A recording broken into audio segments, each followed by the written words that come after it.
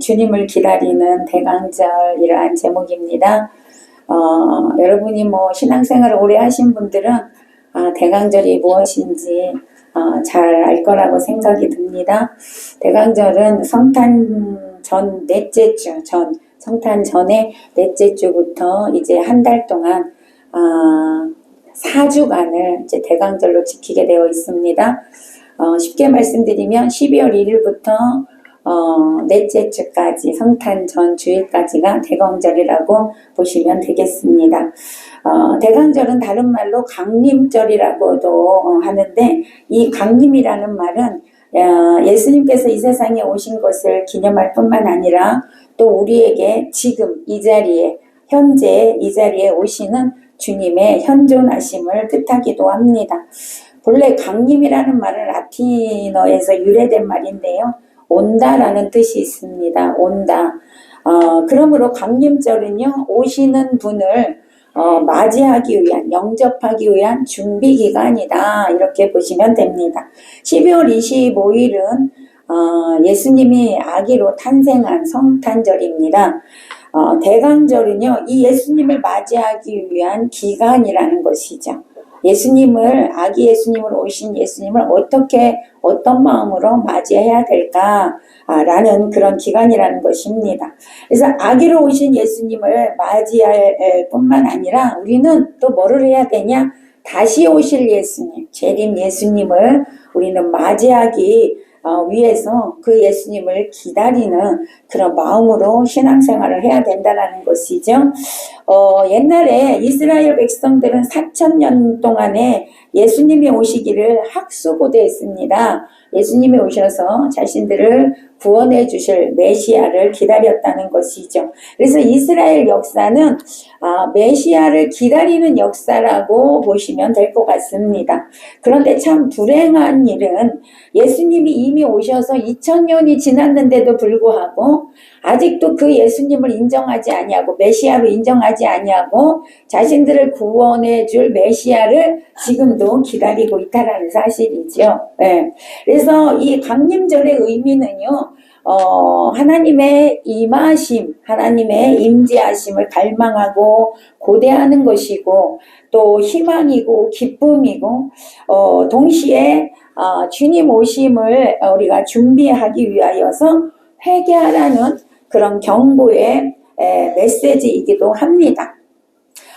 대강절에는요, 성경을 보면 이렇게 생각나는 사람이 있어요. 대강절 하면 구약의 이사야 선지자와 또 신약에 보면 세례 요한이 있지요.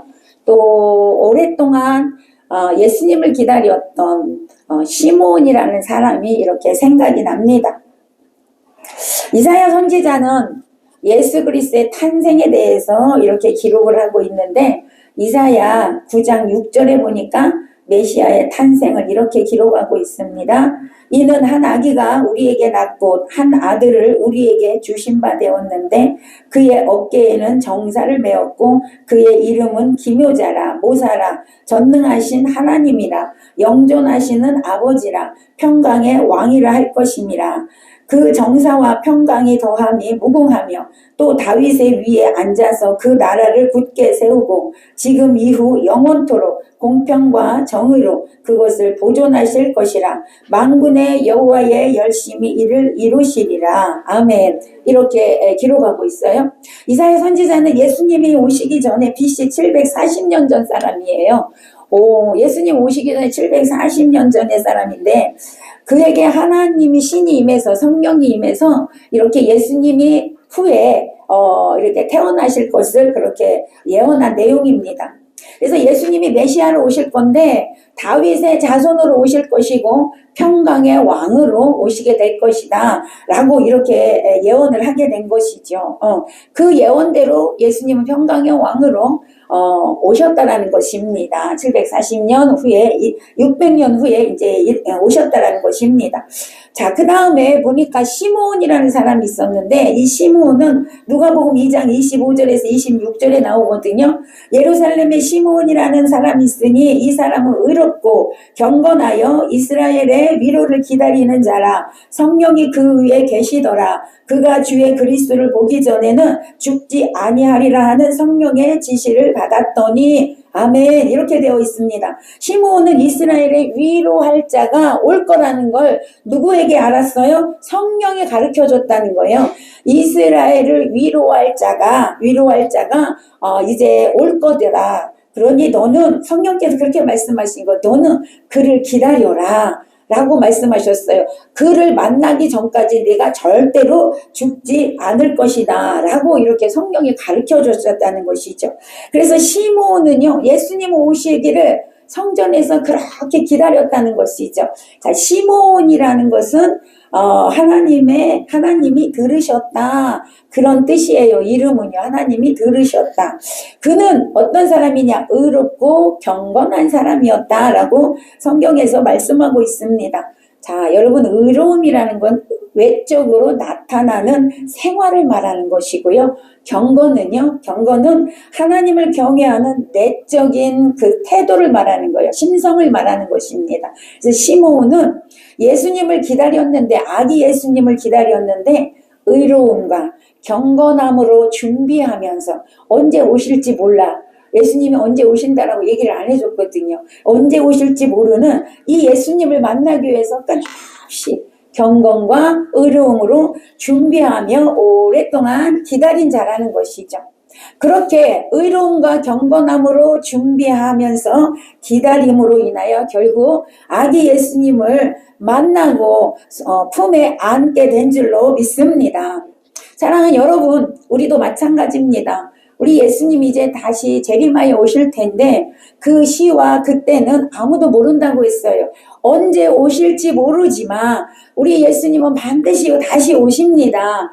그 예수님을 여러분 맞이하기 위하여 준비하는 자가 되어줘야 될 줄로 믿습니다. 오늘 시므온처럼 경건함과 의로움으로 그 예수님을 맞이하기 위한 거룩한 신부로 준비되는 저와 여러분 되시기를 축복합니다.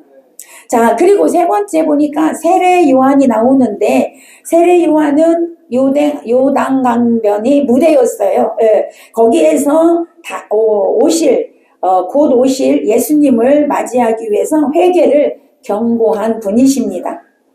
요한의 말씀은 참빛이신 예수님이 오실 것을 선포하면서 회개를 촉구했어요.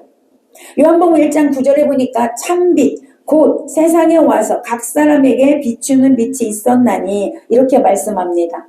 예수님이 뭘로 오셨냐? 빛으로 오셨다는 거예요. 참 빛으로 오셨대요. 그래서 참 빛으로 오셔서 개개인에게 각 사람에게 빛을 비추신다라는 것입니다.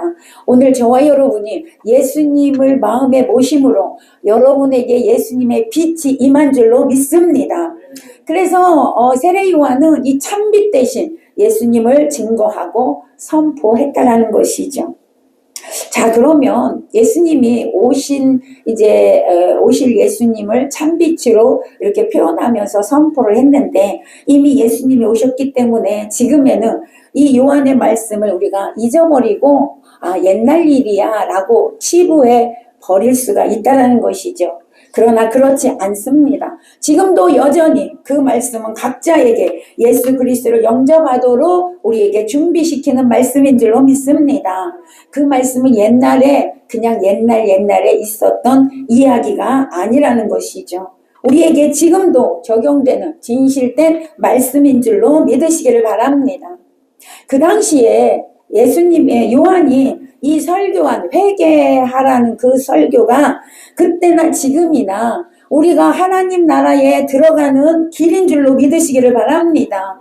문이고 하나님을 만나는 길이라는 것이지요.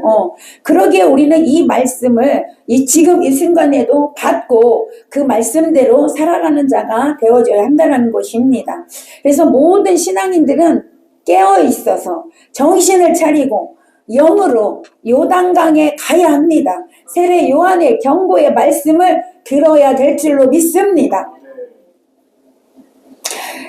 우선 올해도 변함없이 베들레헴의 구유에 오신 주님에 대해서 우리 모두는 기쁨으로 맞이할 준비를 해야 될 줄로 믿습니다. 아멘.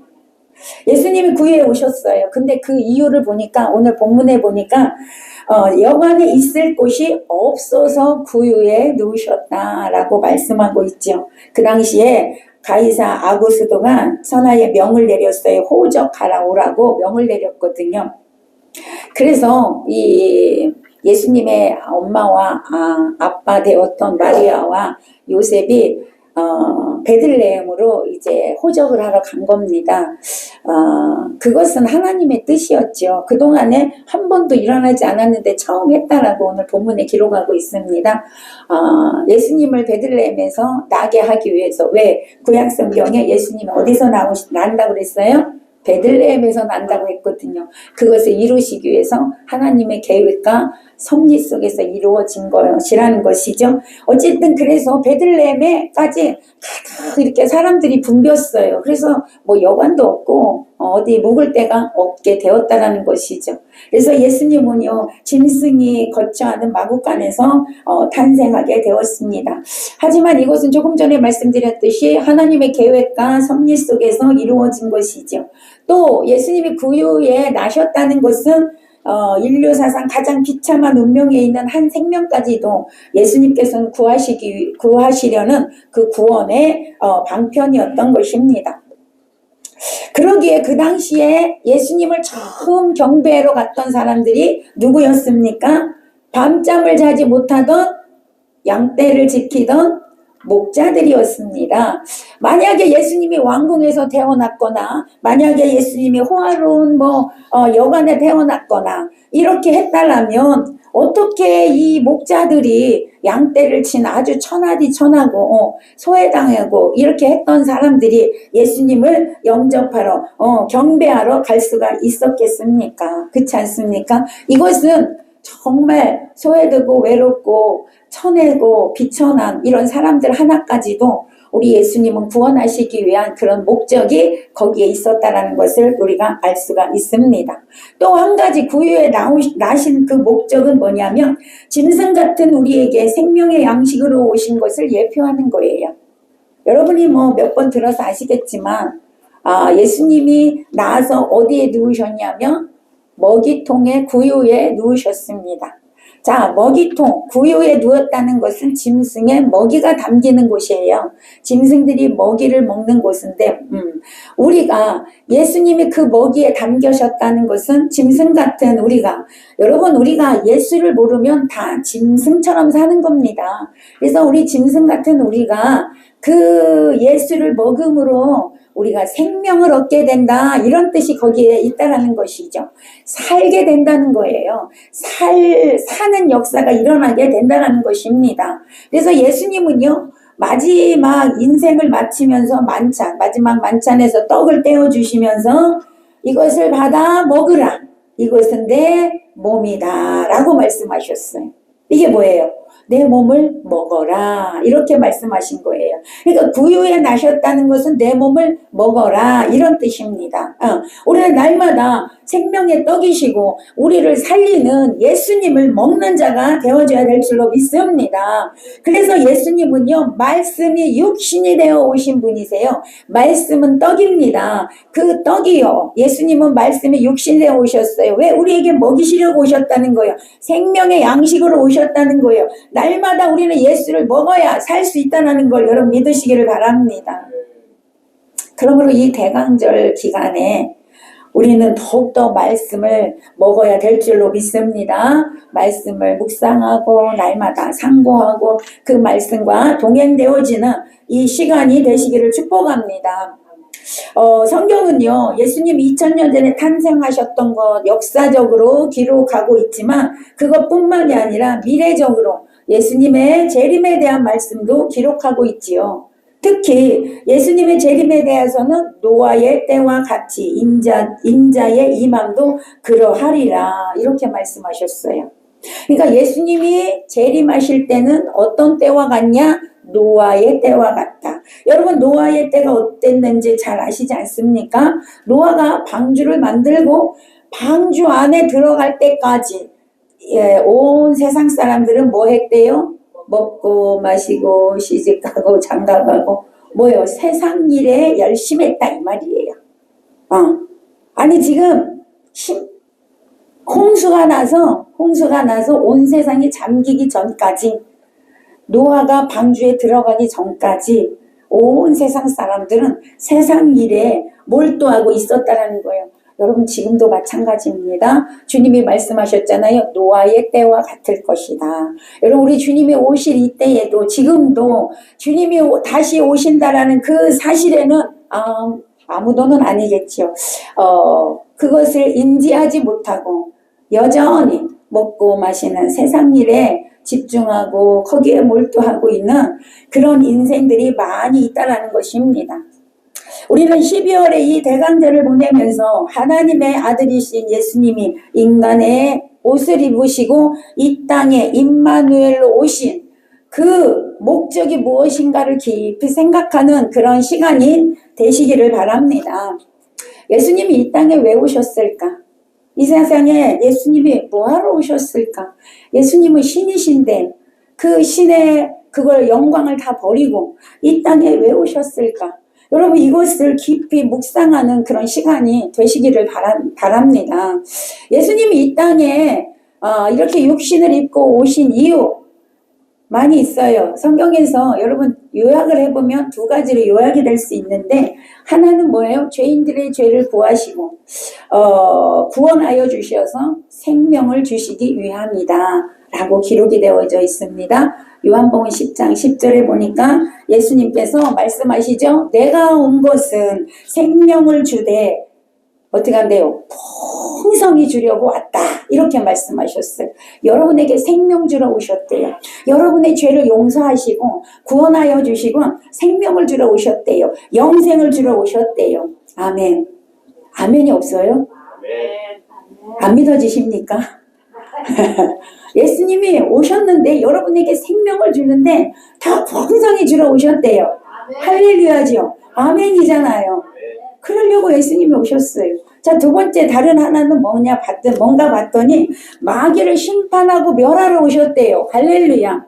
마귀를 심판하러 오셨대요. 요한일서 3장 8절에 보니까 죄를 짓는 자는 마귀에게 속하나니 마귀는 처음부터 범죄함이라. 하나님의 아들이 나타나신 것은 마귀의 일을 멸하려 하심이라. 할렐루야. 죄를 짓는 자는 다 마귀에 속했대요. 여러분 우리는 다 마귀에 속해 있었단 말이에요. 근데 예수님이 우리를 그 마귀에게서 빼내어 주셨어요. 피값으로 우리를 살려주셨어요. 생명 주셨어요. 마귀를 멸하여 주셨어요. 할렐루야. 사랑하는 여러분, 우리는 이 은혜에 감사하며 사는 자가 되어줘야 될 줄로 믿습니다. 매년마다 맞이하는 성탄입니다.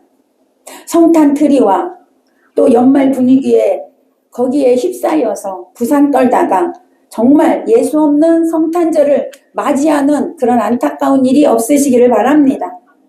예수 그리스도의 탄생에 대해서 우리는 깊이 묵상하고 다시 오실 주님을 묵상하는 그런 성탄 대강절이요 성탄절이요 또한 이 세상에 우리를 구원하러 오신 그 예수님의 탄생이 여러분 삶의 실상이 되시기를 축복합니다. 여러분의 심령이 예수님이 탄생하셔야 됩니다.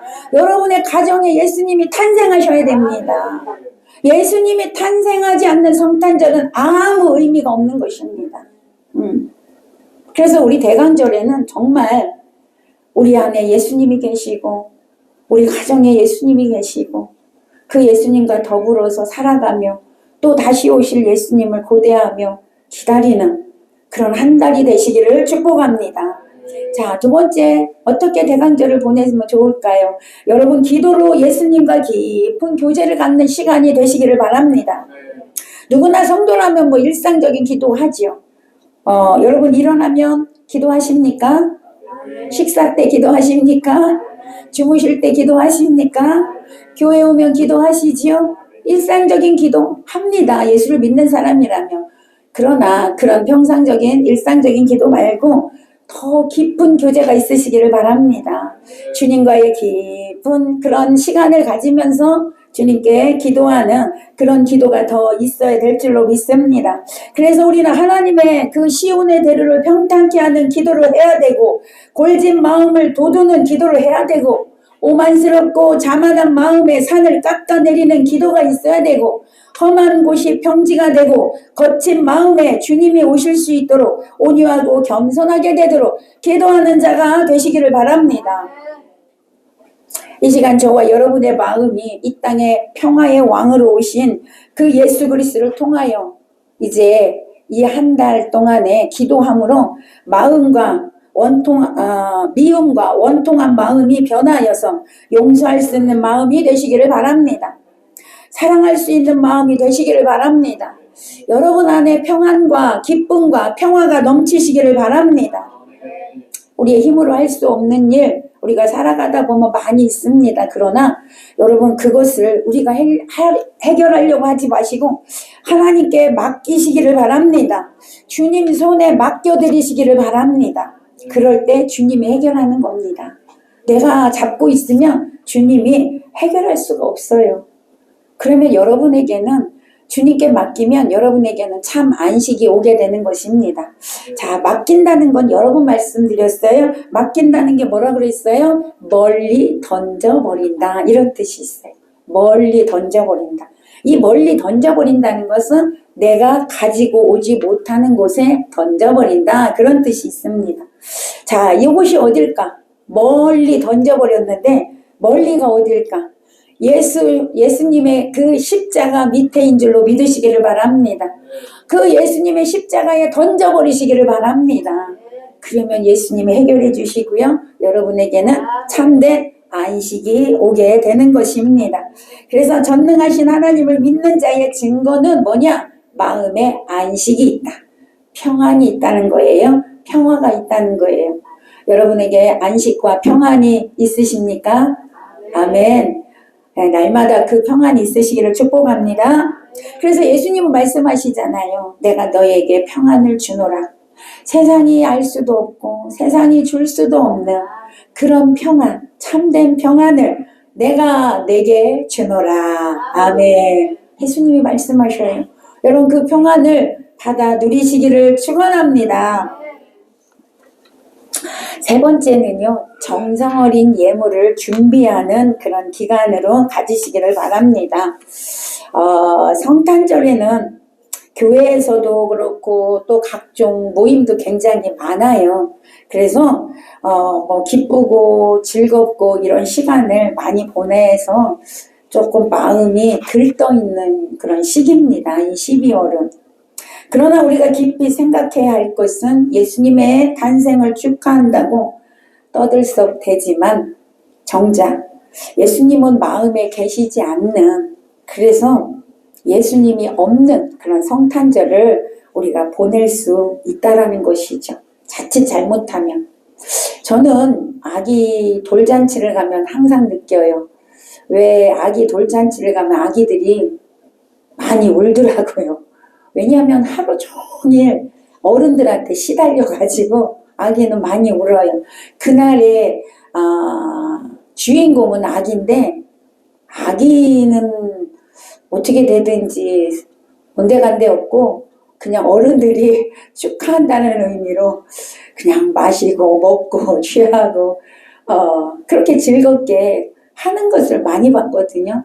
그럴 때 아기는 힘들어서 막 우는 그런 장면을 보면서 와, 정말 주인공은 너무 힘들구나 그런 생각을 해본 적이 있습니다. 이 성탄절에 우리 예수님이 혹여 그렇지 않을까라는 그런 생각을 저는 혼자 해봤습니다. 세상 사람들은 성탄절이 뭔지도 모른 채 그냥 먹고 마시고 취하는 그냥 즐기는 시간, 오히려 죄를 가장 많이 짓는 그런 시간이 되고 있다라는 사실에 굉장히 마음이 아프고 안타깝습니다.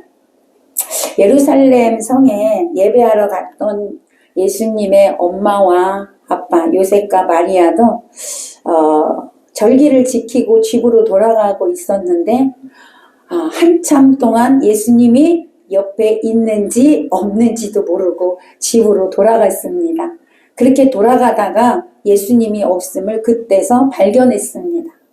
그래서 다시 성으로 와서 사흘이 지난 뒤에야 예수님을 만났던 장면이 기억이 납니다. 여러분, 우리가 이 대강절 때 성탄절과 또 연말연시로 인하여 정말 주인공은 예수님인데 그 예수님을 잃어버리고 성탄절을 맞이하는 일이 없기를 간절히 소망합니다. 우리는 과연 구세주이신 예수님을 진정으로 사랑하고 있는가? 또 다시 오실 재림 예수님을 기다리고 있는가? 늘 우리의 믿음과 신앙을 돌아보는 자가 되어줘야 될 줄로 믿습니다. 그저 예수님의 재림에는 관심도 없고 세상 사람들의 즐기고 향락에 취해 있는 그 모습을 우리는 혹시라도 부러워하고 있었던 적은 없는가, 이런 생각을 이 기간 동안에 우리가 해봐야 될 줄로 믿습니다. 만약에 혹시라도 우리가 이런 삶을 혹여 살고 있었다라면 이제라도 다시 우리의 자신을 신앙을 점검해보는 그런 대강절의 시간으로 보내시기를 바랍니다. 그리고 이 예수님께 정성을 다하여 예물을 준비하는 그런 성탄절 준비가 있어야 될 줄로 믿습니다. 동방박사들은 머나먼 길을 예수님께 경배하기 위해서 걸어오면서 그냥 오지 않았어요. 빈손으로 오지 않았습니다. 3가지의 예물을 준비하여서 왔습니다. 황금과 유황과 모략을 준비하여서 예수님께 드리고 경배했습니다. 우리도 예수님께 무엇인가 준비를 하여서 드리는 자가 되는 것이 성도의 마땅한 도리고 예수님의 신부요 하나님의 자녀의 도리인 줄로 믿습니다. 자, 오늘 보니까 동방박사들이 드렸던 예물이 뭐였습니까? 여러분 이미 잘 알고 계시잖아요. 황금이었습니다. 첫 번째 황금. 자, 황금. 동서고금을 막론하고 가장 귀하게 여기는 게 황금이에요. 그래서 우리 금 많이 이렇게 모아놓잖아요. 근데 이 금은 절대로 변하지 않는 성질이 있습니다. 그쵸? 변하지 않는다. 자, 이 황금은 뭘 상징하냐? 왜 이 동방박사들이 황금을 가지고 왔을까? 여러분 생각해 보셨나요? 왜 동방박사들이 황금을 갖고 왔을까? 가장 비싼 거라서? 가장 좋아할 것 같아서? 여러분 뭘 생각하셨어요? 왜 황금을 가지고 왔을까? 여러분 이 황금은요 뭘 뜻하냐면 예수님은 왕이십니다 이런 뜻입니다. 동방박사가 황금을 가진 이유는 왕이시라는 것을 고백하기 위해서 인류의 왕이십니다 이 뜻으로 황금을 예물로 드렸던 것입니다. 또 이 금은요 우리 편에서 볼 때에는 믿음을 상징합니다. 자, 동방박사가 황금을 예수님께 드렸듯이 우리는 그럼 뭘 드려야 될까요? 믿음을 드려야 되는 거예요. 할렐루야. 믿음을. 왜? 믿음이 금이에요. 그러기에 믿음을 드려야 하는 것입니다. 우리는 주님께 드릴 예물로 썩지 아니하고 변하지 않는 이 믿음을 드려야 한다 이 말이에요. 거기에 예수님은 왕이십니다 라는 그 믿음을 드려야 돼요. 할렐루야. 그래서 그 예수님을 여러분이 왕으로 모시고 살아야 돼요. 할렐루야. 이것이 드리는 겁니다. 여러분의 삶에 예수님은 나의 왕이십니다. 이것을 고백하며 사는 믿음을 예수님께 드려야 된다는 거예요. 여러분 이 시간 고백하시기를 바랍니다. 예수님은 나의 왕이십니다. 아멘. 아멘. 예수님은 나의 왕이십니다. 왕으로 모시고 살아야 돼요. 입술로만 고백이 아니라 여러분 삶에 예수님을 왕으로 모시고 예수님의 그 왕 대신 예수님의 통치를 받으셔야 돼요. 다스림을 받으셔야 돼요. 말씀에 순종하셔야 돼요. 할렐루야. 여러분 그 삶을 사는 것이 황금을 드리는 것입니다. 예수님은 여러분에게 왕이 되시기를 원하셔서 오셨습니다. 그래서 여러분과 함께 사신단 말이에요. 여러분의 가정에 예수님이 왕이 되시기를 바랍니다. 여러분의 심령의 왕으로 계시기를 바랍니다. 이것이 돼야 한다는 것이죠. 자, 두 번째, 유향을 드렸습니다. 이 유향은 아라비아 지방에서 나는 그 나무에서 취한 송진이에요. 송진. 향기로운 송진입니다. 향기를 나타내는 송진인데, 이것은 무슨 뜻이 있냐면, 자, 예수님이 인간으로 태어나셨죠. 근데 동방 박사들이 왜 유향을 드렸냐면, 예수님은 아까 금이니까 왕이십니다 했잖아요. 이번에는 예수님은 인간으로 태어났지만 신이십니다, 이런 뜻이에요. 신성을 가지신 예수님이다, 이런 뜻입니다. 그러니까 예수님은 인간이시지만, 완전한 인간이시지만 완전한 신이십니다. 이걸 고백하며 살아야 된다, 이 말입니다. 예수님은 하나님이십니다, 이런 의미라는 거죠. 여러분 아멘을 좀 하세요. 오늘 왜 다 쳐져 있습니까? 왜 아멘을 안 하실까요? 아멘을 하시기를 바랍니다. 하나님은 신이십니다. 예수님은 신이십니다. 하나님이시라고 지금 고백하는 겁니다. 여러분 삶에 예수님이 하나님이심을 날마다 고백하시기를 바랍니다. 완전한 인간이시지만 완전한 신이시라는 거예요. 그래서 우리의 삶에 신이신 예수님이 우리 안에 계셔서 우리의 삶 속에 여러분 예수님의 그 향기를 여러분이 나타내셔야 된다는 거예요. 예수님의 그 사랑을 나타내는 삶이 되어져야 한다, 이 말입니다. 이것을 예수님께 드려라, 이 말이에요. 우리의 삶에서 예수 그리스도의 향기를 나타내시는 저와 여러분 되시기를 축복합니다. 예수님의 사랑을 증거하는 삶이 되시기를 축원합니다. 자, 세 번째, 모략을 드렸습니다. 모략은요, 시체를 염하거나 마취할 때 쓰는 방부제로 사용이 되었어요. 자, 이게 무슨 뜻이냐? 동방 박사가 왜 모략을 드렸을까? 예수님의 시체를 오래 보관하기 위해서? 아닙니다. 이제 태어나신 아기한테 시체 방부제를 지금 드렸다, 이 말이에요. 이거 무슨 뜻이 있냐면, 예수님은 이제 성장하게 되면 고난과 죽음을 당하게 될 겁니다, 이런 것입니다. 왜 고난당하고 왜 죽음 당해요? 우리를 살리시려고, 우리의 죄를 사하시려고. 이제 고난 받으실 것을. 여러분 놀랍지 않습니까? 동방 박사들은 예수 믿는 사람이 아니었습니다. 하나님을 믿는 사람이 아니에요. 별을 연구하는 점술가들이에요. 그런데 이런 예물을 가지고 온 거예요. 하나님의 섭리입니다. 하나님이 그들에게 그걸 가져갈 수 있도록 그 마음에 그걸 지혜를 주셨기 때문에 가져왔던 것이죠. 그래서 예수님은 왕이시고 예수님은 신이시고 예수님은 이제 우리 인간을 위해서 죽으실 몸이시다, 이것을 상징하는 예물을 드렸던 것입니다. 자, 예수님이 이래서 결국에 어떻게 됐습니까? 우리를 살리시려고 고난받으셨습니다. 십자가 지셨습니다. 십자가에 죽으셨습니다. 그 일을 감당하셨다는 거예요. 자, 그렇다면 우리도 고난받으신 예수님을 따라서 예수님의 제자로 살아가면서 우리도 고난에 동참하는 자가 되어줘야 된다, 이 말입니다. 여러분 고난받은 흔적을 주님께 드리는 자가 되시기를 바랍니다. 고난받은 흔적이 있어야 돼요. 여러분 예수님을 위하여 고난받은 흔적이 있으십니까? 교회를 위하여 고난받은 흔적이 있으십니까? 그걸 드리는 자가 되어줘야 된다, 이 말이에요. 이 대강절에 여러분 이것을 결단하고 실천하고 이제 앞으로 그렇게 사는 자가 되어줘야 한다, 이 말이죠. 여러분 사도 바울은 골로새서 1장에 보니까 나는 그리스도의 남은 고난을 육체에 채우노라 이랬습니다. 여러분이 알다시피 사도 바울은 얼마나 많은 고난을 당했습니까? 그래서 그리스도의 남은 고난을 육체에 채운다. 여러분 그리스도의 남은 고난이 뭐가 있겠어요? 예수님은 고난 받을 거 다 받으셨잖아요. 뭐가 남았을까? 예수님의 고난이 미미하다는 뜻이 아니에요.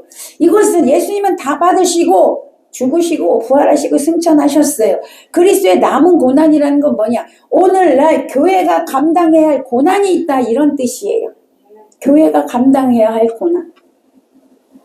여러분이 교회입니다. 아멘. 각자가 교회입니다. 여러분 각자가 감당해야 할 고난이 있다는 거예요. 그게 남아있다는 거예요. 예수님이 고난받고 가셨듯이 우리도 예수님의 제자로서 우리에게 남은 고난을 감당하는 자가 되시기를 바랍니다. 그래서 주님이 뭐라고 말씀하셔요? 나를 따라오려거든 너를 부인하라요. 먼저 부인하는 게 먼저 고난이야. 여러분 아셨습니까? 나를 부인하고 네게 맡겨준 십자가 지고 나를 따라와라. 십자가는 죽음이에요. 여러분, 예수님이 십자가에 죽으셨어요. 십자가는 사형틀이란 말이에요. 여러분, 내가 날마다 죽는 게 고난이야. 그렇지 않습니까? 희생하는 게 고난이에요. 헌신하는 게 고난이에요. 복음 전하는 거 고난이에요, 여러분. 그런데 거기에 기쁨이 있고 거기에 보상이 있고 할렐루야 축복이 있는 줄로 믿으시기를 바랍니다. 그 고난을 채워야 된다 이 말이에요. 그 고난의 흔적을 주님께 드리는 자가 되시기를 바랍니다. 여러분, 이 대강절에 황금과 유황과 모략을 준비하는 자가 되셨으면 좋겠습니다. 앞으로 내년에 황금과 유황과 모략을 또 준비해서 주님께 드리는 자가 되시기 바랍니다. 매년 준비해서 하나님 앞에 드리는 그런 대강절, 그런 성탄절을 맞이하시기를 바랍니다.